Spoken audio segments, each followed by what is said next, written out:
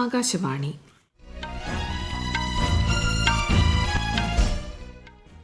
നമസ്കാരം. വാർത്തകൾ വായിക്കുന്നത് ലക്ഷ്മി ശ്രീവിജയ.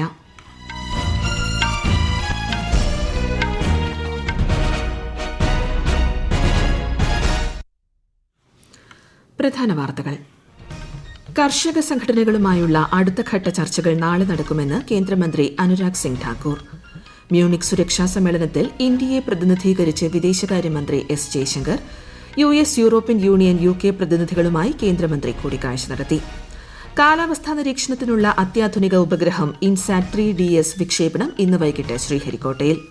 തുടർച്ചയായുള്ള കാട്ടാനാക്രമണത്തിൽ പ്രതിഷേധിച്ച് കേരളത്തിലെ വയനാട് ജില്ലയിൽ ഇന്ന് രാഷ്ട്രീയ പാർട്ടികളുടെ ഹർത്താൽ. ടെസ്റ്റ് ക്രിക്കറ്റിൽ 500 വിക്കറ്റ് എന്ന ചരിത്ര നേട്ടം കൈവരിച്ച ഇന്ത്യൻ സ്പിന്നർ അശ്വിന് അഭിനന്ദനവുമായി പ്രധാനമന്ത്രി നരേന്ദ്രമോദി ഉൾപ്പെടെയുള്ള പ്രമുഖർ. ഖേലോ ഇന്ത്യ യൂണിവേഴ്സിറ്റി ഗെയിംസിന് ഇന്ന് അസമിലെ ഗുവാഹത്തിയിൽ തുടക്കമാകും. വാർത്തകൾ വിശദമായി. കർഷക സംഘടനകളെ സർക്കാർ ചർച്ചയ്ക്ക് ക്ഷണിച്ചിട്ടുണ്ടെന്നും അർത്ഥവത്തായ ചർച്ചകൾ നടന്നിട്ടുണ്ടെന്നും കേന്ദ്ര വാർത്താവിതരണ പ്രക്ഷേപണ വകുപ്പ് മന്ത്രി അനുരാഗ് സിംഗ് ഠാക്കൂർ. അടുത്ത ഘട്ട ചർച്ചകൾ നാളെ നടക്കുമെന്ന് ഡൽഹിയിൽ മാധ്യമങ്ങളോട് സംസാരിക്കവെ ശ്രീ ഠാക്കൂർ പറഞ്ഞു. ചർച്ചയിൽ പ്രതീക്ഷയുണ്ടെന്നും പ്രശ്നങ്ങൾ പരിഹരിച്ച് മുന്നോട്ടു പോകുമെന്നും അദ്ദേഹം ആത്മവിശ്വാസം പ്രകടിപ്പിച്ചു. കർഷകർക്കായി രാസവളം, വെള്ളം, കുറഞ്ഞ താങ്ങുവില, ബാങ്ക് വായ്പകൾ, നഷ്ടപരിഹാരം എന്നിവയിൽ നരേന്ദ്രമോദി സർക്കാർ കഴിഞ്ഞ 10 വർഷമായി ചെയ്തതിലും കൂടുതൽ മറ്റൊരു സർക്കാരും ചെയ്തിട്ടില്ലെന്ന് കേന്ദ്രമന്ത്രി പറഞ്ഞു. 7 ലക്ഷം കോടി രൂപയുടെ കാർഷിക വായ്പകൾ ഈ സർക്കാരിന്റെ ഭരണത്തിൽ 20 ലക്ഷം കോടിയായി ഉയർന്നുവെന്നും അദ്ദേഹം കൂട്ടിച്ചേർത്തു. മ്യൂണിക് സെക്യൂരിറ്റി കോൺഫറൻസിൽ പങ്കെടുക്കുന്നതിനായി ജർമ്മനിയിലെത്തിയ വിദേശകാര്യമന്ത്രി doctor S Jaishankar US state secretary Antony ബ്ലിങ്കനുമായി കൂടിക്കാഴ്ച നടത്തി. പശ്ചിമേഷ്യ, യുക്രൈൻ, ഇൻഡോ പസഫിക് എന്നിവിടങ്ങളിലെ സ്ഥിതിഗതികളെക്കുറിച്ച് തങ്ങൾ ചർച്ച നടത്തിയതായി അദ്ദേഹം സാമൂഹ്യ മാധ്യമങ്ങളിലൂടെ അറിയിച്ചു. ഇന്ത്യ US ഉഭയകക്ഷി ബന്ധത്തിലെ തുടർ പുരോഗതിയും കൂടിക്കാഴ്ചയ്ക്കിടെ അവലോകനം ചെയ്തു. യൂറോപ്യൻ യൂണിയൻ ഫോറിൻ അഫയേഴ്സിന്റെ ഉന്നത പ്രതിനിധി ജോസഫ് ബൊറേലുമായും കൂടിക്കാഴ്ച നടത്തിയതായി വിദേശകാര്യമന്ത്രി അറിയിച്ചു. നിലവിലെ ആഗോള സാഹചര്യങ്ങളെക്കുറിച്ച് കൂടിക്കാഴ്ചയിൽ ചർച്ചയായി. UK വിദേശകാര്യമന്ത്രി ഡേവിഡ് കാമറൂണുമായി കൂടിക്കാഴ്ച നടത്തിയ കേന്ദ്രമന്ത്രി ഇന്ത്യ UK ഉഭയകക്ഷി സഹകരണത്തെക്കുറിച്ചും ആഗോള പ്രാദേശിക വിഷയങ്ങളെക്കുറിച്ചും ചർച്ച ചെയ്തു. രാജ്കോട്ടിൽ നടക്കുന്ന ഇന്ത്യ ഇംഗ്ലണ്ട് ടെസ്റ്റ് മത്സരവും ചർച്ചാ വിഷയമായി. ഇന്നലെ ആരംഭിച്ച 3 ദിവസത്തെ സമ്മേളനം ലോകത്തിലെ പ്രധാനപ്പെട്ട സുരക്ഷാ വെല്ലുവിളികളെക്കുറിച്ചുള്ള മികച്ച ഫലപ്രദമായ സംവാദങ്ങൾക്ക് അവസരം നൽകുന്നു. 3ാം തലമുറ കാലാവസ്ഥാ ഉപഗ്രഹം ഇൻസാറ്റ് 3DS ISRO ഇന്ന് വിക്ഷേപിക്കും.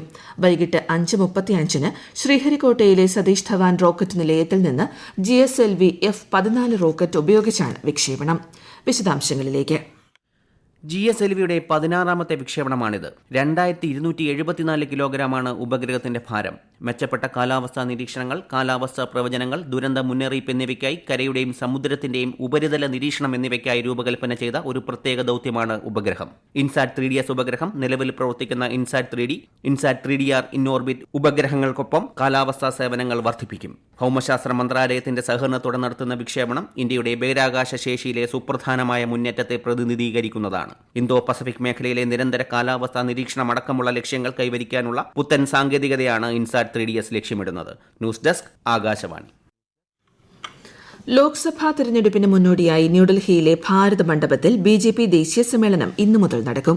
കേന്ദ്രമന്ത്രിമാർ, പാർട്ടി ഭരിക്കുന്ന സംസ്ഥാനങ്ങളിലെ മുഖ്യമന്ത്രിമാർ, മന്ത്രിമാർ, ദേശീയ സംസ്ഥാന പാർട്ടി ഭാരവാഹികൾ, MPമാർ, MLAമാർ തുടങ്ങി 11,500 പ്രതിനിധികൾ പരിപാടിയിൽ പങ്കെടുക്കും. 2 ദിവസത്തെ ദേശീയ കൺവെൻഷനിൽ BJP നേതാക്കൾ വരുന്ന ലോക്സഭാ തെരഞ്ഞെടുപ്പിനുള്ള പാർട്ടിയുടെ തയ്യാറെടുപ്പിനെക്കുറിച്ച് വിശദമായ ചർച്ച നടത്തും. യോഗത്തിൽ 2 പ്രമേയങ്ങളും അവതരിപ്പിക്കും. ആദ്യ ദിനമായ ഇന്ന് BJP അധ്യക്ഷൻ JP നദ്ദ ഉദ്ഘാടന പ്രസംഗം നടത്തും. നാളെ പ്രധാനമന്ത്രി നരേന്ദ്രമോദിയുടെ സമാപന പ്രസംഗത്തോടെ യോഗം സമാപിക്കും. കോൺഗ്രസ് പാർട്ടിയുടെ മരവിപ്പിച്ച ബാങ്ക് അക്കൌണ്ടുകൾ ആദായനികുതി അപ്പലേറ്റ് ട്രൈബ്യൂണൽ പുനഃസ്ഥാപിച്ചു. പാർട്ടിയുടെ ബാങ്ക് അക്കൌണ്ടുകൾ ആദായനികുതി വകുപ്പ് നേരത്തെ മരവിപ്പിച്ചിരുന്നു. ട്രൈബ്യൂണലിൽ ഹാജരായ കോൺഗ്രസ് നേതാവ് വിവേക് തൻബ പാർട്ടിക്ക് ഇപ്പോൾ ബാങ്ക് അക്കൌണ്ടുകൾ പ്രവർത്തിപ്പിക്കാൻ അനുമതിയുണ്ടെന്ന് പറഞ്ഞു. അപ്പീൽ ട്രൈബ്യൂണൽ അടുത്ത ബുധനാഴ്ച വാദം കേൾക്കുമെന്നും അദ്ദേഹം പറഞ്ഞു.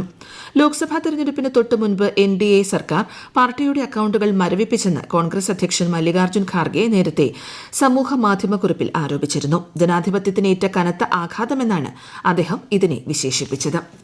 ഈ വാർത്തകൾ ആകാശവാണിയിൽ നിന്ന്. ആകാശവാണി വാർത്തകളും വാർത്താധിഷ്ഠിത പരിപാടികളും all India radio news Thiruvananthapuram എന്ന യൂട്യൂബ് ചാനലിൽ ലഭ്യമാണ്. കൂടുതൽ വാർത്തകൾക്കായി all India radio news Thiruvananthapuram എന്ന ഫേസ്ബുക്ക് പേജും @ARnews_TVM എന്ന എക്സ് ഹാൻഡിലും സന്ദർശിക്കാം. കേരളത്തിൽ വയനാട് ജില്ലയിൽ കഴിഞ്ഞ 2 ആഴ്ചയ്ക്കുള്ളിൽ 3 പേർ കാട്ടാനയുടെ ആക്രമണത്തിൽ മരിച്ച സംഭവത്തിൽ പ്രതിഷേധിച്ച് UDF, LDF, BJP എന്നീ പാർട്ടികളുടെ നേതൃത്വത്തിൽ ഇന്ന് രാവിലെ 6 മണി മുതൽ വൈകിട്ട് 6 മണി വരെ ഹർത്താൽ നടത്തുമെന്ന് വിവിധ രാഷ്ട്രീയ പാർട്ടികൾ അറിയിച്ചു. ഇന്നലെയാണ് പാക്കം കറുവ ദ്വീപിന് സമീപത്തെ ചെറിയമല കവലയിൽ വച്ച് കാട്ടാനയുടെ ആക്രമണത്തിൽ വനംവകുപ്പ് താൽക്കാലിക വാച്ചർ പുൽപ്പള്ളി വെള്ളച്ചാലിൽ പോൾ മരിച്ചത്. സംസ്കാരം ഇന്ന് നടക്കും.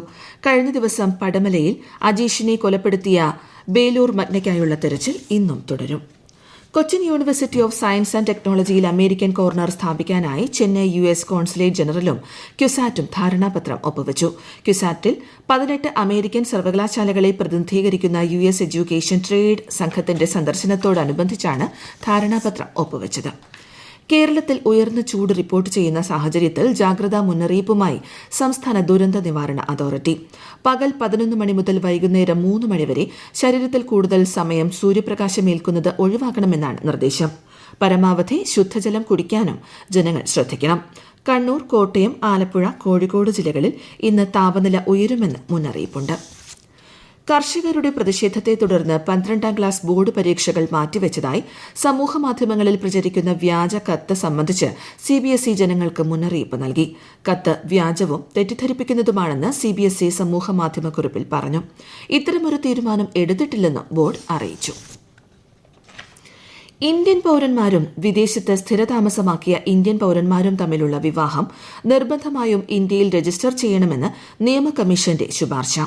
പ്രവാസികളോ ഇന്ത്യൻ വംശജരോ ആയ വിദേശ പൌരന്മാരും ഇന്ത്യൻ പൌരന്മാരും തമ്മിലുള്ള വിവാഹവുമായി ബന്ധപ്പെട്ട എല്ലാ തലങ്ങളും ഉൾക്കൊള്ളാൻ പര്യാപ്തമായിരിക്കണം നിർദ്ദിഷ്ട കേന്ദ്ര നിയമമെന്നും കമ്മീഷൻ അഭിപ്രായപ്പെട്ടു.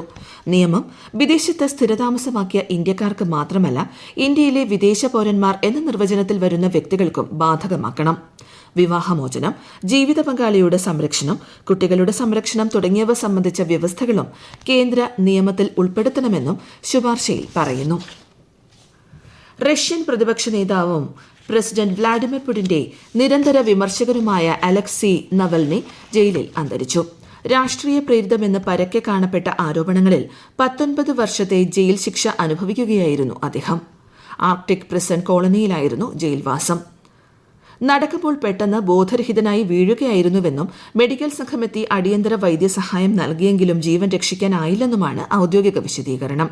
മരണകാരണം എന്താണെന്ന് പരിശോധിക്കുകയാണെന്നും ജയിൽ വകുപ്പ് പ്രസ്താവനയിൽ അറിയിച്ചു. നവൽനി കൊല്ലപ്പെട്ടിരിക്കാൻ സാധ്യതയുണ്ടെന്ന് അദ്ദേഹത്തിന്റെ ഏറ്റവും അടുത്ത സഖ്യകക്ഷികളിലൊരാളായ ആന്റി കറപ്ഷൻ ഫൗണ്ടേഷൻ മേധാവി ഇവാൻ ഷ്ദനോവ് പറഞ്ഞു. നവൽനിയുടെ മരണത്തിന് റഷ്യൻ പ്രസിഡന്റ് വ്ളാഡിമിർ പുടിൻ ഉത്തരവാദിയാണെന്ന് US പ്രസിഡന്റ് ജോ ബൈഡൻ ആരോപിച്ചു. ബ്രിട്ടീഷ് പ്രധാനമന്ത്രി ഋഷി സുനക് റഷ്യൻ പ്രതിപക്ഷ നേതാവിന് ആദരാഞ്ജലി അർപ്പിച്ചു. ഇന്ത്യ ഇംഗ്ലണ്ട് 3ാം ടെസ്റ്റിൽ ഇംഗ്ലണ്ട് പൊരുതുന്നു. 2ാം ദിവസം കളി അവസാനിക്കുമ്പോൾ ഇംഗ്ലണ്ട് 2 വിക്കറ്റ് നഷ്ടത്തിൽ 207 റൺസ് എന്ന നിലയിലാണ്. ഇംഗ്ലണ്ടിന് വേണ്ടി ബെൻ ഡക്കറ്റ് പുറത്താകാതെ സെഞ്ചുറി നേടി. നേരത്തെ ഇന്ത്യയുടെ 1ാം ഇന്നിംഗ്സ് 445 റൺസിന് അവസാനിച്ചിരുന്നു. രോഹിത് ശർമ്മ, രവീന്ദ്ര ജഡേജ എന്നിവരുടെ സെഞ്ചുറികളാണ് ഇന്ത്യയ്ക്ക് ഭേദപ്പെട്ട 1ാം ഇന്നിംഗ്സ് സ്കോർ സമ്മാനിച്ചത്. സാക്രോളിയുടെ വിക്കറ്റ് നേടിയ രവിചന്ദ്രൻ അശ്വിൻ ടെസ്റ്റിൽ 500 വിക്കറ്റുകൾ എന്ന നേട്ടം കൈവരിച്ചു. അനിൽ കുംബ്ലെയ്ക്ക് ശേഷം ടെസ്റ്റിൽ ഈ നേട്ടം കൈവരിക്കുന്ന ആദ്യ ഇന്ത്യൻ ബൌളറാണ് അശ്വിൻ. ടെസ്റ്റിൽ 500 വിക്കറ്റുകൾ എന്ന നാഴികക്കല്ല് പിന്നിട്ട സ്പിന്നർ രവിചന്ദ്രൻ അശ്വിനെ പ്രധാനമന്ത്രി നരേന്ദ്രമോദി അഭിനന്ദിച്ചു. അശ്വിൻ കൈവരിച്ച അതുല്യ നേട്ടങ്ങൾ അദ്ദേഹത്തിന്റെ കഴിവിന്റെയും സ്ഥിരോത്സാഹത്തിന്റെയും തെളിവാണെന്ന് പ്രധാനമന്ത്രി സമൂഹമാധ്യമത്തിൽ കുറിച്ചു. ഖേലോ ഇന്ത്യ യൂണിവേഴ്സിറ്റി ഗെയിംസ് 2023 ഇന്ന് അസമിലെ ഗുവാഹത്തിയിലെ സരു സജായ് സ്പോർട്സ് കോംപ്ലക്സിൽ കബഡി മത്സരത്തോടെ ആരംഭിക്കും. ഗെയിംസിന്റെ ഔദ്യോഗിക ഉദ്ഘാടന ചടങ്ങ് തിങ്കളാഴ്ച ഗുവാഹത്തിയിൽ നടക്കും. പ്രധാനമന്ത്രി നരേന്ദ്രമോദി വെർച്വലായി ചടങ്ങിൽ പങ്കെടുക്കും. പ്രധാന വാർത്തകൾ വീണ്ടും. കർഷക സംഘടനകളുമായുള്ള അടുത്ത ഘട്ട ചർച്ചകൾ നാളെ നടക്കുമെന്ന് കേന്ദ്രമന്ത്രി അനുരാഗ് സിംഗ് ഠാക്കൂർ. മ്യൂണിക് സുരക്ഷാ സമ്മേളനത്തിൽ ഇന്ത്യയെ പ്രതിനിധീകരിച്ച് വിദേശകാര്യമന്ത്രി S Jaishankar US, European union, UK പ്രതിനിധികളുമായി കേന്ദ്രമന്ത്രി കൂടിക്കാഴ്ച നടത്തി. കാലാവസ്ഥാ നിരീക്ഷണത്തിനുള്ള അത്യാധുനിക ഉപഗ്രഹം ഇൻസാറ്റ് 3DS വിക്ഷേപണം ഇന്ന് വൈകിട്ട് ശ്രീഹരിക്കോട്ടയിൽ. തുടർച്ചയായുള്ള കാട്ടാനാക്രമണത്തിൽ പ്രതിഷേധിച്ച് കേരളത്തിലെ വയനാട് ജില്ലയിൽ ഇന്ന് രാഷ്ട്രീയ പാർട്ടികളുടെ ഹർത്താൽ. ടെസ്റ്റ് ക്രിക്കറ്റിൽ 500 വിക്കറ്റ് എന്ന ചരിത്ര നേട്ടം കൈവരിച്ച് ഇന്ത്യൻ സ്പിന്നർ ആർ അശ്വിന് അഭിനന്ദനവുമായി പ്രധാനമന്ത്രി നരേന്ദ്രമോദി ഉൾപ്പെടെയുള്ള പ്രമുഖർ. ഖേലോ ഇന്ത്യ യൂണിവേഴ്സിറ്റി ഗെയിംസിന് ഇന്ന് അസമിലെ ഗുവാഹത്തിയിൽ തുടക്കമാകും. വാർത്തകൾ കഴിഞ്ഞു. അടുത്ത വാർത്താ പ്രക്ഷേപണം ഉച്ചയ്ക്ക് 12:30.